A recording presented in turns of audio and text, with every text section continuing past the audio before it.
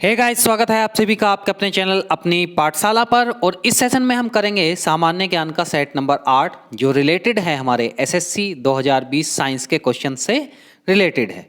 तो अगर आप चैनल पर नए हैं तो जल्दी से चैनल को सब्सक्राइब कर दें बिना किसी देरी के, साथ में बेल आइकन को भी प्रेस कर दें जिससे कि आने वाले जो वीडियो हैं उनके नोटिफिकेशन आपको सबसे पहले प्राप्त हो जाएं।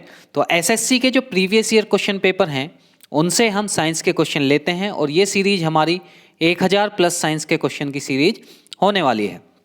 तो अगर आपका कोई दोस्त या कोई साथी या रिलेटिव एसएससी की तैयारी कर रहा है या किसी और कॉम्पिटिटिव एग्जाम की तैयारी कर रहा है और वो साइंस के क्वेश्चन के लिए कोई यूट्यूब चैनल देख रहा है तो आप इस चैनल का लिंक भी उससे जरूर शेयर करें। तो चलिए शुरू करते हैं पहले क्वेश्चन के साथ। तो पहला क्वेश्चन है कि ग्लूकोज के एक अणु के श्वसन द्वारा एटीपी के कितने अणु प्राप्त होते हैं। यानी ग्लूकोज का जो एक अणु है अगर उसका श्वसन किया जाए तो एटीपी यानी एवरेज टेम्परेचर एंड प्रेशर, इसको एनटीपी भी कहा जाता है। एनटीपी यानी नॉर्मल टेम्परेचर एंड प्रेशर के कितने अणु प्राप्त होते हैं। तो आपके ऑप्शन है, पहला ऑप्शन है 38 यानी 38, दूसरा ऑप्शन है 4 यानी 4, तीसरा ऑप्शन है 2 यानी 2 और चौथा ऑप्शन है 36 यानी 36। तो इसका सही आंसर हो जाता है, इसका सही आंसर है 2। तो एक अणु में एटीपी के कितने अणु प्राप्त होते हैं? 2 अणु प्राप्त होते हैं। आपको एनटीपी या एटीपी की एक और बात याद रखनी है कि एनटीपी या एटीपी इसमें इसके एक अणु में गैस के कितने लीटर होते हैं? 22.4 लीटर गैस होती है एनटीपी या एटीपी के एक अणु में। क्लियर है? नेक्स्ट क्वेश्चन की तरफ बढ़ रहे हैं हम। Question number 2। तो क्वेश्चन नंबर 2 है कि पेडोलॉजी किसका विज्ञान है। यानी पेडोलॉजी जो है निम्न में से किसका अध्ययन है? मिट्टी, बाल्यावस्था, भूजल या त्वचा रोग। मिट्टी, बाल्यावस्था, भूजल और त्वचा रोग। तो पेडोलॉजी किसको कहा जाता है? पेडोलॉजी जो है मिट्टी के अध्ययन को कहा जाता है। यानी जो पृथ्वी है, पृथ्वी के मिट्टी की जो सारी स्ट्रक्चर है या उसके जो कंपाउंड्स हैं उनके बारे में जो हम अध्ययन करते हैं उसको पेडोलॉजी कहा जाता है। तो इसका आंसर कौन सा हो जाता है? इसका आंसर फर्स्ट हो जाता है, यानी ए, मिट्टी के अध्ययन को क्या कहा जाता है? पेडोलॉजी कहा जाता है। क्लियर है? नेक्स्ट क्वेश्चन की तरफ बढ़ रहे हैं हम। नेक्स्ट क्वेश्चन है कि विद्युत घरेलू विद्युत परिपथ जो होता है उसके प्रयोग में दिए किए जाने वाले फ्यूज के लिए रीडिंग किस आधार पर प्रदान की जाती है। यानी हमारे घरों में जो फ्यूज लगा हुआ होता है उसको जो रीडिंग दी जाती है वो उसका आधार क्या है? उसका आधार विद्युत धारा है या प्रतिरोध है या विद्युत शक्ति है या वोल्टेज है। तो जो हमारे फ्यूज तार यूज़ होते हैं उसमें जो रीडिंग्स मिलती है वो हमेशा किसके आधार पर मिलती है? विद्युत धारा के आधार पर मिलती है। तो इसका कौन सा ऑप्शन सही हो जाता है? इसका पहला ऑप्शन सही हो जाता है, यानी विद्युत धारा इसका सही आंसर हो जाता है। क्लियर है? अब इनके मात्रक भी देख लेते हैं। विद्युत धारा का मात्रक होता है एम्पियर, विद्युत धारा का मात्रक एम्पियर होता है। प्रतिरोध का मात्रक क्या होता है? प्रतिरोध का मात्रक ओम होता है। शक्ति का मात्रक क्या होता है? वाट होता है। और वोल्टेज का मात्रक वोल्ट होता है। क्या होता है? वोल्ट। तो ये मात्रक भी आप लोगों को क्या रखने हैं? याद रखने हैं। क्लियर है? एक याद रखना है आपको ओम का नियम। ओम का नियम आपको याद रखना है कि V directly proportional to I या V इक्वल टू IR, जहाँ R क्या है? प्रतिरोध है, I जो है विद्युत धारा है और V जो है वो है वोल्टेज। तो ये चीज़ आपको याद रखनी है। नेक्स्ट क्वेश्चन की तरफ मैं बढ़ रहा हूँ। Question number 4। तो क्वेश्चन नंबर 4 है कि हीमोफोबिया किससे डर कहलाता है।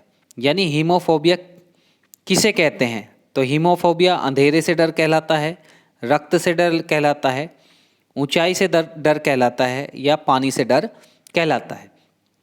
तो हीमोफोबिया रक्त के डर को कहते हैं। यानी किसी को अगर खून देखकर डर लगे तो उसे हीमोफोबिया कहते हैं। ऊंचाई का एल्टोफोबिया होता है और पानी का हाइड्रोफोबिया होता है। जो रेबीज़ बीमारी होती है उसमें हाइड्रोफोबिया होता है। क्लियर है? तो हीमोफोबिया किसका डर होता है? हीमोफोबिया होता है रक्त से डर। यानी अगर किसी व्यक्ति को खून देखकर डर लगे तो उसको क्या कहते हैं कि इसको हीमोफोबिया हुआ है। क्लियर है? नेक्स्ट क्वेश्चन की तरफ बढ़ रहे हैं हम। Question number 5। तो क्वेश्चन नंबर 5 में हमें बताना है कि मगरमच्छ के जो हृदय होता है उसमें कितने प्रकोष्ठ होते हैं, यानी उसमें कितने वाल्व होते हैं। तो मगरमच्छ क्या है? एक सरीसृप है, और सभी जो सरीसृप होते हैं उनमें सामान्यतः 3 प्रकोष्ठ होते हैं, यानी 3 वाल होते हैं। परंतु मगरमच्छ का जो हृदय होता है उसमें कितने वाल पाए जाते हैं? उसमें 4 वाल पाए जाते हैं। यानी ये सरीसृपों से अलग है। इसमें जो वाल्व होते हैं वो मनुष्य की तरह 4 पाए जाते हैं। जैसे मनुष्य में 4 पाए जाते हैं, 2 हमारे नीले होते हैं और 2 हमारे आलिंद होते हैं। 2 हमारे क्या होते हैं? आलिंद होते हैं। आप लोगों ने देखा होगा कि जब हृदय की जो ऐसे बनी हुई होती है तो आपने ऐसे 4 देखे होंगे। क्लियर है? तो उनमें 2 नीले होते हैं और उसमें 2 आलिंद होते हैं। तो मगरमच्छ के कितने वाल्व होते हैं या कितने प्रकोष्ठ वाला हृदय होता है? 4 प्रकोष्ठ वाला हृदय होता है। और बाकी जो सरीसृप हैं, सरीसृप मतलब एक तरह से रेंगने वाले जो जीव होते हैं उनके बारे में बात हो रही है। सरीसृप जो होते हैं उनमें 3 वाल्व होते हैं। क्लियर है? नेक्स्ट क्वेश्चन की तरफ बढ़ रहे हैं हम। क्वेश्चन नंबर 6 में मुझे बताना है कि वाष्पीकरण और द्रवण की संयुक्त प्रक्रिया को क्या कहा जाता है?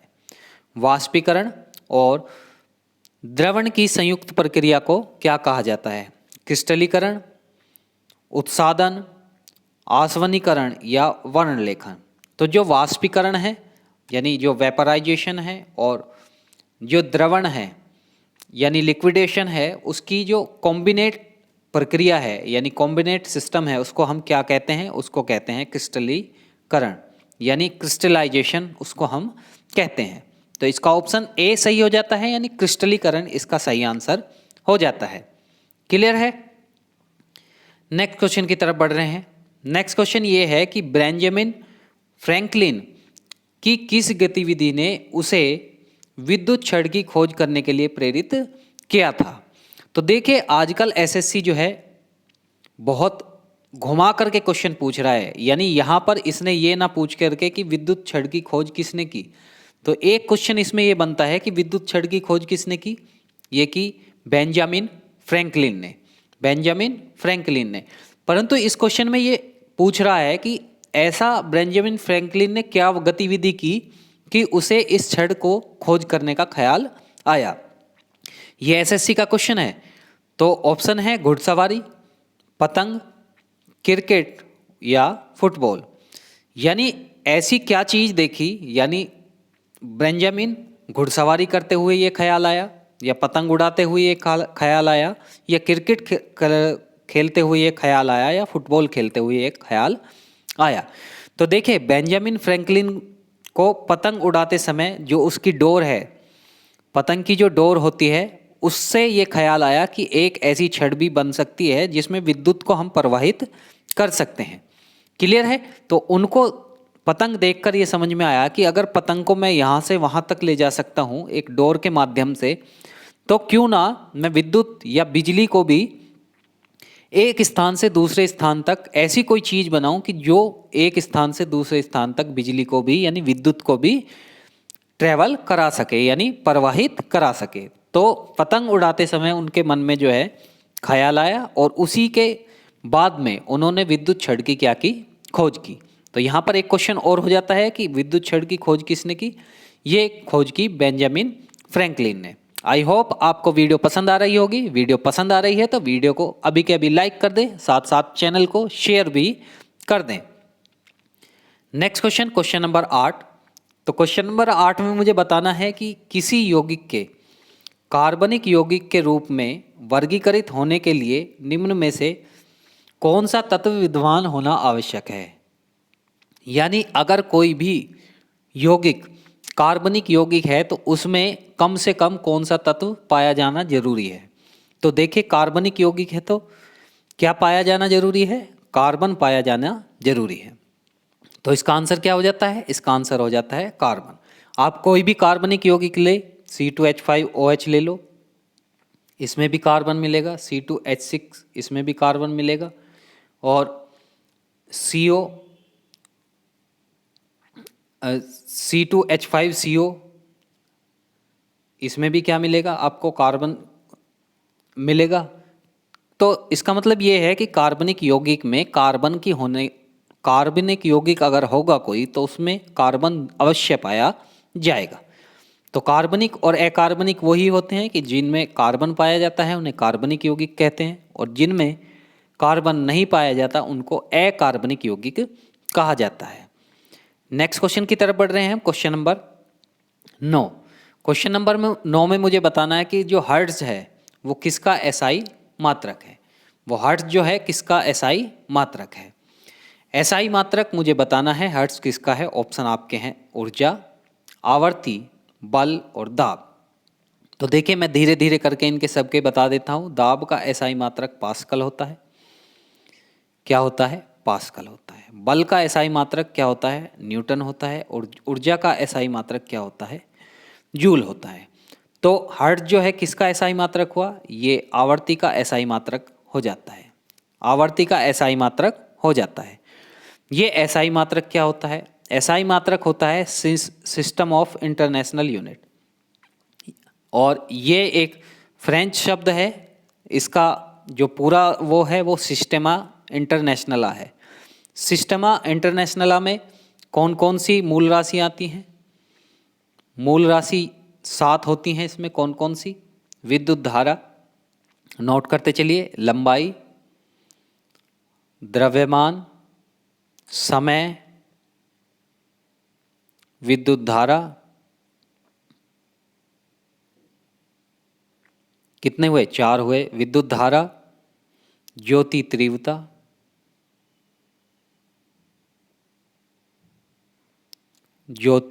तीव्रता, पदार्थ की मात्रा मोल। क्लियर है? तो 1 2 3 4 5 और 6। इसका मात्रक, लंबाई का मात्रक होता है मीटर, द्रव्यमान का किलोग्राम, समय का होता है सेकंड, विद्युत धारा का क्या होता है? एम्पियर, और ज्योति तीव्रता का कैंडला, और पदार्थ की मात्रा का मोल होता है। क्लियर है? तो ये आपके क्या हैं? ये कुछ एसआई मात्रक हैं जिन्हें मूल मात्रक भी कहा जाता है। एसआई की पद्धति 1971 में, एसआई पद्धति कब आई? 1971 में आई, यानी 1971 में ये पद्धति लागू हुई थी पूर्ण रूप से। क्लियर है? तो ये बात आप लोगों को क्या रखनी है? ये बात आप लोगों को याद रखनी है। नेक्स्ट क्वेश्चन की तरफ बढ़ रहे हैं हम, क्वेश्चन नंबर 10। तो क्वेश्चन नंबर 10 है कि डोलोमाइट निम्न में से किसका अयस्क है। डोलोमाइट जो है किसका अयस्क है ये बताना है, या डोलोमाइट किसका और है हमें ये बताना है। पोटेशियम, एल्यूमिनियम, कैल्शियम और स्ट्रोटियम इसके ऑप्शन आपके हो जाते हैं। तो डोलोमाइट जो है कैल्शियम का एक अयस्क है, यानी कैल्शियम का एक और है। तो इसका ऑप्शन कौन सा सही हो जाता है? इसका कैल्शियम, यानी सी ऑप्शन सही मेरा हो जाता है। क्लियर है? एल्यूमिनियम का आपको याद रखना है बॉक्साइड, बॉक्साइड आपको एक याद रखना है। क्लियर है? नेक्स्ट क्वेश्चन की तरफ बढ़ रहे हैं। नेक्स्ट क्वेश्चन है हमारा कि माइटोकॉन्ड्रिया शब्द जो है किसने दिया था। तो देखिए आजकल क्वेश्चन ये नहीं पूछ रहा है कि कोशिका का पावर हाउस किसे कहा जाता है। कोशिका का पावर हाउस के साथ साथ ये भी पूछ रहा है कि माइटोकॉन्ड्रिया जो है वो शब्द किसने दिया था। तो आपके ऑप्शन है एंटोनी बान ल्यूएनेक, और कार्ल बेंदा, और चार्ल्स लेसन, और जे शोंग। तो माइटोकॉन्ड्रिया शब्द जो है किसने दिया था? ये कार्ल बेंडा ने दिया था। तो इसका ऑप्शन कौन सा सही हो जाता है? इसका बी ऑप्शन मेरा सही हो जाता है। क्लियर है? नेक्स्ट क्वेश्चन की तरफ बढ़ रहे हैं हम। नेक्स्ट क्वेश्चन है क्वेश्चन नंबर 12 कि रेडोप्सिन, जिसे दृष्टि बैंगनी भी कहा जाता है, ये मानव शरीर में कहाँ स्थित होता है। यानी दृष्टि बैंगनी या रेडोप्सिन, क्वेश्चन जो होगा उसमें आपको रेडोप्सिन देगा, दृष्टि बैंगनी नहीं देगा, क्योंकि दृष्टि बैंगनी से आप लोग समझ जाएंगे कि आंख में होता है। क्लियर है?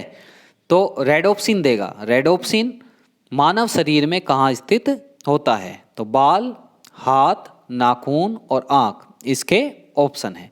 तो जैसा कि मैं पहले ही बता चुका हूँ, दृष्टि बैंगनी यानी आँखों में ये क्या होता है? स्थित होता है। क्लियर है? नेक्स्ट क्वेश्चन की तरफ बढ़ रहे हैं हम। Question number 13। तो क्वेश्चन नंबर 13 है कि तैराक को पानी में तैरने के लिए कौन सा बल मदद कर रहा है? तो अगर कोई भी वस्तु किसी भी द्रव में या तो पूर्ण रूप से या आंशिक रूप से डुबोई अगर जाती है, मान लिया ये द्रव है और ये कोई वस्तु है, तो वस्तु की तरफ के ऊपर की ओर एक बल लगेगा जो उसे तैरने में क्या करता है? मदद करेगा, और उसे उत्प्लावन बल कहते हैं। उसे क्या कहते हैं? उत्प्लावन बल। उत्प्लावन बल उसको हम क्या करते हैं? कहते हैं। तो ये ही किसी भी वस्तु को पानी में तैरने के लिए मदद करता है। अब तैरने का नियम किसे कहते हैं? आर्किमिडीज ने तैरने का नियम दिया। आर्किमिडीज ने यह बताया कि अगर कोई वस्तु किसी द्रव में यानी लिक्विड में पूर्ण या आंशिक रूप से डुबोई जाती है तो वस्तु द्वारा हटाए गए पानी का भार वस्तु के भार के क्या होता है? बराबर होता है। तो इसका कौन सा आंसर हो जाता है? ऑप्शन इसमें है मांसपेशीय बल, चुंबकीय बल, उत्प्लावन बल और घर्षण बल। तो कौन सा आंसर सही हो जाता है? जैसा कि मैंने बताया कि उत्प्लावन बल जो है, किसी भी वस्तु अगर कोई पानी में है तो ऊपर की तरफ लगता है। क्लियर है? तो इसका आंसर कौन सा हो जाता है? उत्प्लावन बल इसका आंसर हो जाता है। क्लियर है? घर्षण बल किसे कहते हैं? घर्षण बल जब कोई दो सतह आपस में एक दूसरे के ऊपर गति करते हैं तो वे एक दूसरे की गति का क्या करते हैं? विरोध करते हैं। यानी दो वस्तुओं के सतह के बीच में जो बल लगता है उसको क्या कहा जाता है? घर्षण बल कहा जाता है। क्या कहा जाता है? घर्षण बल कहा जाता है। और घर्षण बल हमें किस में मदद करता है? हमें चलने में मदद करता है। क्लियर है? तो आई होप आपको समझ में आ रहा होगा। वीडियो को लाइक कर दें अगर अभी तक आपने वीडियो को लाइक नहीं किया है, साथ साथ चैनल को भी सब्सक्राइब कर दें अगर आपने अभी तक चैनल को सब्सक्राइब नहीं किया है। आपका कोई दोस्त साथी साइंस की तैयारी करना चाहता हो तो इस चैनल का जो लिंक है उससे ज़्यादा से ज़्यादा शेयर करें, ज़्यादा से ज़्यादा चैनल का लिंक शेयर करें। क्वेश्चन नंबर 14, इसमें बताना है कि निम्नलिखित में से किसकी कमी के कारण घेंगा रोग होता है। घेंगा रोग आपने पढ़ा होगा कि अगर कोई आदमी है तो उसकी जो नाड़ है, नाड़ थोड़ी सी क्या हो जाती है? नाड़ के यहाँ पर क्या हो जाता है? मोटा टाइप का एक फोड़ा हो जाता है।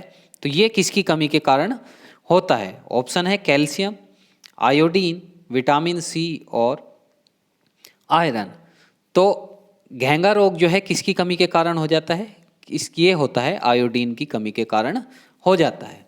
किसकी कमी के कारण भाई? आयोडीन की कमी के कारण घेंगा रोग हो जाता है। कैल्शियम की कमी के कारण क्या होता है? इसमें हड्डी रोग होता है या इसको रिकेट्स भी कहते हैं। रिकेट्स जो है विटामिन डी की कमी के कारण होता है, और विटामिन डी जो है कैल्शियम के जो एब्जॉर्ब करता है कैल्शियम को, वो कौन सा विटामिन करता है? विटामिन डी करता है। तो इसीलिए विटामिन डी की कमी होगी तो आदमी में कैल्शियम की भी कमी होगी, और कैल्शियम की कमी होगी तो उसमें रिकेट्स की कमी भी हो जाती है। एक तरह से ये भी कह सकते हैं कि कैल्शियम की कमी के कारण हड्डियों में कमजोरी आती है। तो कैल्शियम हुआ, आयोडीन हुआ। विटामिन सी में स्कर्वी रोग होता है। कौन सा रोग? विटामिन सी की कमी से कौन सा रोग होता है? स्कर्वी रोग होता है। आयरन की कमी से शरीर में एनीमिया रोग होता है। एनीमिया जिसको खून की कमी भी हम कहते हैं। खून की कमी, गांव की भाषा में खून की कमी इसको कहा जाता है। तो आई होप आपको समझ में आया होगा। कैल्शियम की कमी से हड्डियों में कमजोरी, आयोडीन की कमी से घेंगा रोग, विटामिन सी की कमी से स्कर्वी और आयरन की कमी से खून की कमी या एनीमिया रोग इसको हम कह देते हैं। नेक्स्ट क्वेश्चन की तरफ बढ़ रहे हैं। आज का लास्ट क्वेश्चन होने वाला है। ये कह रहा है कि दाब का एसआई मात्रक क्या होता है। तो देखिए, एसआई मात्रक बार बार पूछे जा रहे हैं, तो एसआई मात्रक आप जो है लगभग 50 के करीब तैयार रखें, क्योंकि ये हर एग्ज़ाम में आते हैं। और अगर आपने तैयार नहीं किए हैं तो आप बहुत पुरानी वीडियो में जब हमारे जाएंगे, एक प्लेलिस्ट मिलेगी जीके ट्रिक्स के नाम से, आपको जीके ट्रिक्स के नाम से। तो उसमें जो है हमने 50 से 60 जो महत्वपूर्ण मात्रक हैं वो कराए हैं, तो जा करके वो वीडियो भी आप लोग देख लेंगे। पुरानी वीडियो है इसलिए आई बटन में नहीं लग सकती। तो दाब का एसआई मात्रक बताना है, वोल्ट, पास्कल, ओम या एम्पियर। तो अभी मैंने बताया था एक क्वेश्चन में कि पास्कल किसका मात्रक है, दाब का। पास्कल किसका मात्रक है भाई, दाब का। वोल्ट किसका मात्रक है, वोल्ट मात्रक है हमारा विभवांतर का, विभवांतर। ओम किसका मात्रक है, ओम मात्रक है हमारा प्रतिरोध का, किसका, प्रतिरोध का। और एम्पियर मात्रक है हमारा विद्युत धारा का, विद्युत धारा का। क्लियर है। तो ये 4 मैंने ऑप्शंस भी बता दिए आपको। तो इसके अकॉर्डिंग कौन सा आंसर सही हो जाता है, इसके अकॉर्डिंग हमारा आंसर सही हो जाता है बी, यानी पास्कल किसका मात्रक है, दाब का। किसका मात्रक है, दाब का मात्रक पास्कल है। एक और मात्रक याद रखना है आपको दाब का, आपको दाब का कौन सा मात्रक याद रखना है, बार याद रखना है। वायुमंडलीय दाब किस में मापा जाता है, बार में मापा जाता है। तो ये बात आप लोग क्या करेंगे, याद रखेंगे। तो ये वीडियो यहीं तक थी। वीडियो आपको कैसी लगी कमेंट बॉक्स में ज़रूर कमेंट करें। वीडियो अगर आपको अच्छी लगी हो तो वीडियो को लाइक करें, चैनल को ज़्यादा से ज़्यादा सब्सक्राइब करें। और अगर आपने अभी तक सब्सक्राइब नहीं किया होगा तो चैनल को प्लीज़ सब्सक्राइब कर लें। उसमें साइंस के क्वेश्चन, मैथ के क्वेश्चंस और रीजनिंग के क्वेश्चन इस चैनल्स पर हम लगातार डालते रहते हैं। तो ये आपके एग्ज़ाम के लिए क्या होगा, बेनिफिशियल होगा। और एक ज़रूरी सूचना कि कुछ बच्चे जो है थोड़ा डिमोटिवेट हो रहे हैं कि अभी एग्ज़ाम नहीं हो रहे तो तैयारी मैं बाद में करूँगा, या एग्ज़ाम नहीं होगा, सब कुछ प्राइवेट हो जाएगा, ये है और वो है। तो उनके एक्सक्यूज़ जो है हमेशा चलते रहेंगे, क्योंकि ये जो है एक धड़ा होता है जो दूसरों को डिमोटिवेट करने का काम करता है। ये लोग बहुत चालू होते हैं, ये खुद पढ़ाई करते हैं लेकिन दूसरों को डिमोटिवेट करते रहेंगे। तो आप डिमोटिवेट बिल्कुल ना हो, एग्ज़ाम होंगे और ज़रूर होंगे। बस दिक्कत ये है कि अब जो है हमारे जो देश है उसमें एग्ज़ाम तब होते हैं जब कोई ना कोई चुनाव आता है। तो चुनाव आने ही वाले हैं, तो इसका मतलब ये समझिए कि एग्ज़ाम भी आने ही वाले हैं। तो अपने घरों में रहें, सुरक्षित रहें। इन्हीं शब्दों के साथ मैं आपसे विदा लेता हूँ। मुलाकात होगी एक नए वीडियो सेशन के साथ जिसमें हम एक और टॉपिक को धुआं कर रहे होंगे।